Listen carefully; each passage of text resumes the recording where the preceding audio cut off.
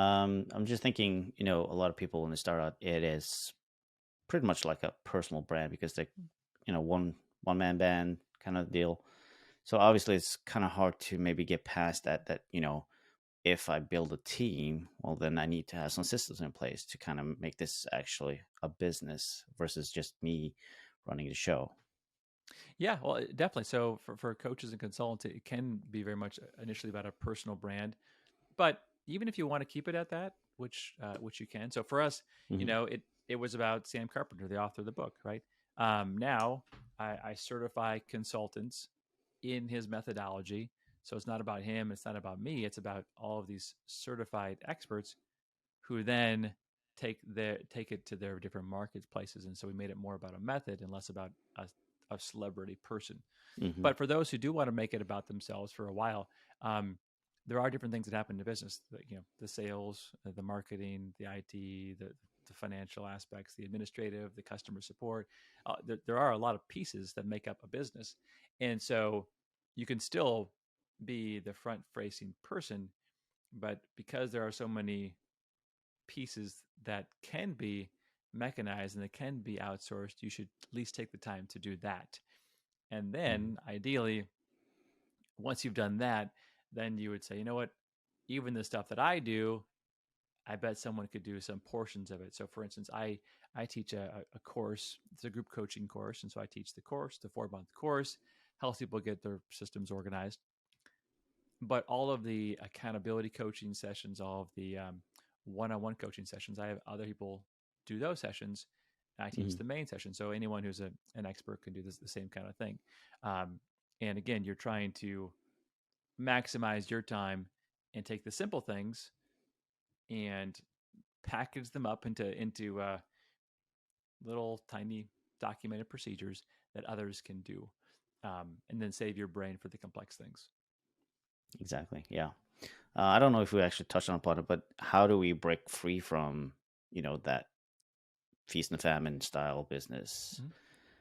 Yeah, well, there's a lot of there's a lot of ways to do it, and it depends, right? It depends on your current situations. Maybe like I've worked with some clients where their spouse is working, so then it's stable, and that you Hmm. can just make very methodical, strategic shifts along the way, and you don't have to make some of the more dramatic shifts.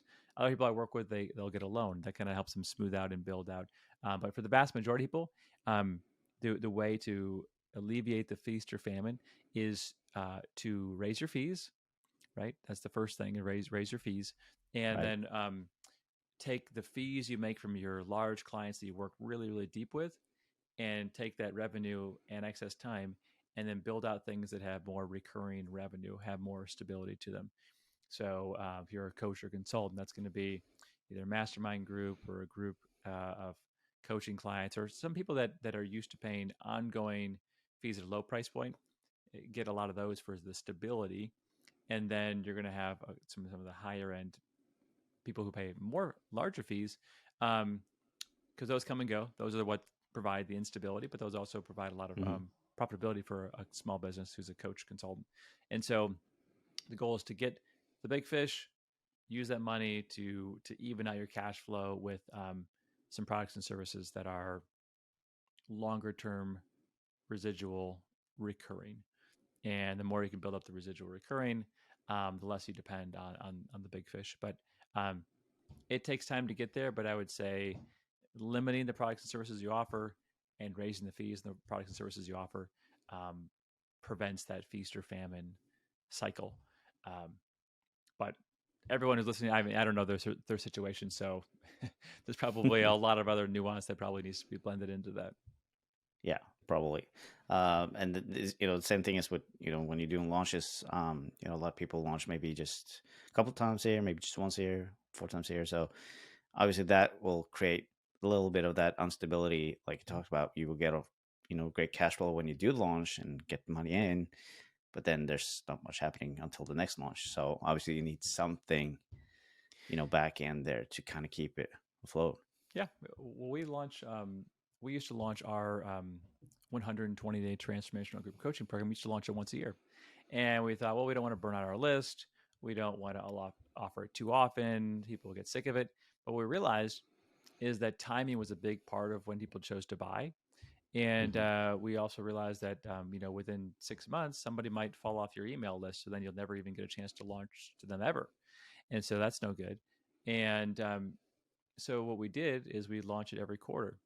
So this could be maybe good advice, and we built a system on it. So every quarter we launch, and the way we launch is we do a super early bird for, let's just say, a week or so. Then we wait 3 or 4 weeks. Then we do an early bird price.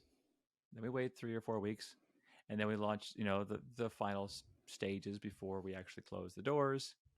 And then after we launch, we have a waiting list, and we let people on the waiting list who sign up after the course starts to see if they want to join in late, if they want to join in the program that's already a part of it. So basically, Hmm. our 4 times a year launch ends up really being a smooth cash flow of people signing up when it resonates with them year Hmm. round. And so we're making sales on that 4 times a year thing all year long.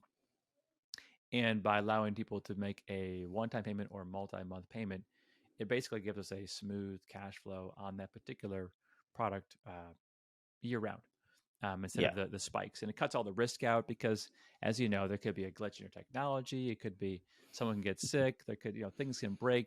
And there's so many things that can go wrong with launch, and there's so much pressure. And you alleviate that pressure by having, I think, little mini launches. The super early bird, the early bird, and then you have a very natural way of doing it. And of course, your list gets used to it. But if it's a service that they want, um, it might take them 2 or 3 times of seeing that promotional process. And then Hmm. eventually they're going to say, you know what, I want to join now. And it's a timing issue. And we found Yeah. that really worked well for our business model. Yeah, because they're not like they're sitting there waiting for the next super early bird. They, if they're willing to buy right now, they will buy right now, no matter what. Yeah, yeah, definitely. And then I think that anyone who's got a launch model like that needs to have other products or services that fill in the gaps, right? Mm. That are similar but different. But then you launch those 4 times a year, and then you Hmm. have whatever that might be. But if launch model is the way you do it, and of course it kind of depends on what people have out here. But once you've determined what kind of help you're going to provide to your audience, then you can repackage that same help in different ways. So for us, hey, it's a book, but also it's a group coaching program, but also it's a done for you program, but also it's a one-on-one coaching program, and also you can get certified in the program. So there's 4 or 5 different things that we do.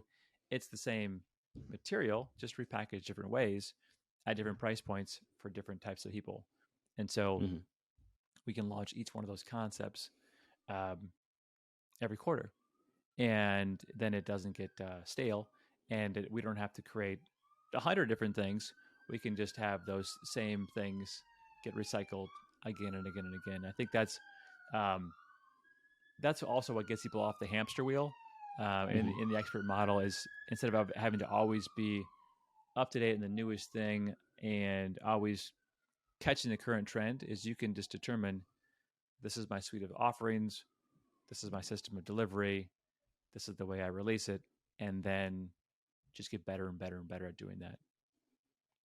Exactly. Yeah. So, would you share with us what the work the system method is? How does that work? What does that look like? Sure. Yeah. So the method is simple. I wouldn't say it's easy, but it's simple. It's based on my previous business partner, Sam Carpenter. Again, he wrote this book. I'd love for you to get it, not because I make any money on it, because I don't, but just because I've seen how people's lives are transformed when they get the book. It really resonates with small business owners. But it is basically based on Sam Carpenter's life. He was working 100-hour work weeks. He was sleeping at the business, barely surviving, and he had an epiphany in the middle of the night, which transformed the way he thought about business. He saw his business um, out on a table, kind of in a dream. He saw the separate pieces of his business, and he realized that if he made each of these pieces of his business perfect and put them back together, he could build, he could engineer a perfect business. And so that's what he focused on doing, is actually taking those separate pieces.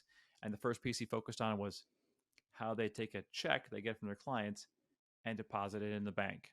That was the Hmm. first process. One of many processes in his business, and they just kind of focus on piece by piece by piece. They had their clear strategic objective, they had their clear operating principles and how they were going to make decisions, and then they went through and slowly got each of the pieces of the business perfect, documented, and that's what allowed him to build up a team. That's what allowed him to leverage that team and improve the quality, and eventually to really nail their strategic objective, which was to be the highest quality answering service in the United States. And so they made themselves the highest quality. So they make the least mistakes of any answering service in the country. One Hmm. mistake every 15,000 phone calls. And because of that, they picked 6 vertical markets that they were going to be the highest quality in. And then they just told those vertical markets, we are the highest quality in your market. Would you like an answering service? And because of that positioning and because of those systems and the quality, they were able to raise their fees significantly and just blow all their competition out of the water. And so that's what we teach people how to do, is how to, as an owner of a company, think that way, build a clear strategy, a strategic objective, have the operating principles documented, and then document the working procedures. And that's as simple as it is. And so a Hmm. lot of people, they read the book and they just do it on their own. Um, and then my business, WTS Enterprises, is all about helping anybody who gets stuck doing it on their own, to give them the support they need through coaching and consulting.